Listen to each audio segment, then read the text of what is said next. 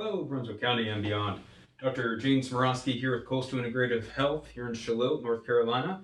And today we're going to be talking about backpacks because, well, school's back in session. We've got students getting back into school. So what better time to talk about backpack safety and the dangers of backpacks than now, basically. So what I wanted to go over here today was a few of the key points of what makes a good backpack, how to wear it, and a few other little odds and ends.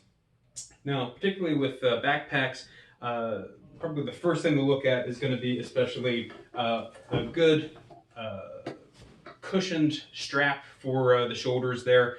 And talking about that as well, the idea of having the single strap, it's going to end up throwing off a lot of our body weight. We're going to start to sink down, or you're going to overcompensate and really activate that shoulder, cause a lot more shoulder issues and even back issues there as well. And then what I'll tend to look for with backpacks as well, with having the double strap method here, is especially at the chest straps here. Now I've got mine kind of linched up to where I can't really tighten it up, but it should tighten up nice and tight here. And then also along the waist here, to distribute that weight along that whole lower back there, and keeping the backpack no more than about 4 inches lower than that waist. So along my belt line here, that gives me about 2 more inches below my belt line. So this is actually a pretty good height for me, though I tend to like my backpack up a little bit higher there as well to make sure it's nice and secure along my backside.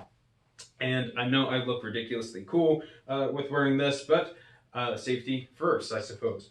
Now, another thing that becomes a big issue with backpack wearing is the size of the backpack, which really shouldn't be any wider than your torso. So I should be able to see a little bit of my flank off to the sides here. It shouldn't be overcompensating it. I shouldn't be, if I'm looking at a child from the front, see the sides of their backpack sticking off the sides of them as well. That's too large of a backpack for that particular child.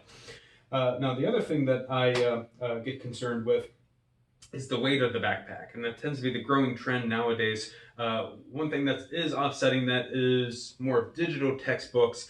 Typically now children are just carrying around their laptops, iPads, what have you for their school, so that certainly lightens the load, which is great. But if you're like me for chiropractic school, or like most schools are still nowadays, if it's conventional textbooks, that backpack shouldn't really exceed any more than 10% of your body weight. It's about 5 to 10% is what the American Chiropractic Association recommends.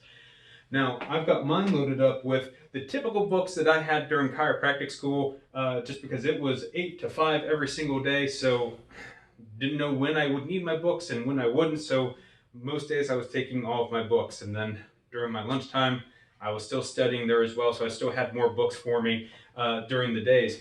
So this is actually fairly light compared to probably what I had during chiropractic school, but it's loaded up to about 25 pounds, and that's exceeding even 10% of my body weight right now. So this is actually still too heavy. So especially with that, definitely that's where that chest compression comes in, and the waist belt comes into play there as well.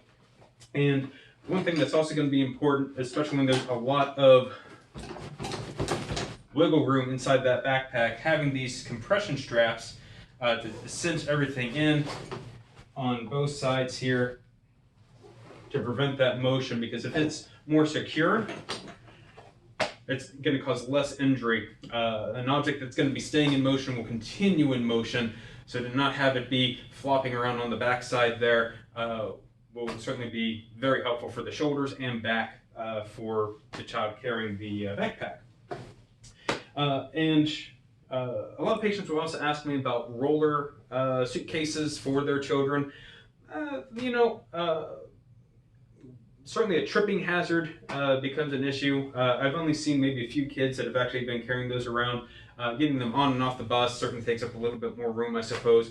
But tripping hazard is usually a big concern that's a little bit more prevalent. But then the other thing that I get concerned with, especially with a little bit more bulk there, having the arm behind the child there, and then or potentially be twisting as they're walking, throwing off how they're walking, and potentially hurting their shoulder there as well. Getting that big sucker to move there as well could also just irritate the shoulder there too. So not the most ideal, but with limited use, it can work out for a lot of children there too, especially if they're unable to carry that backpack.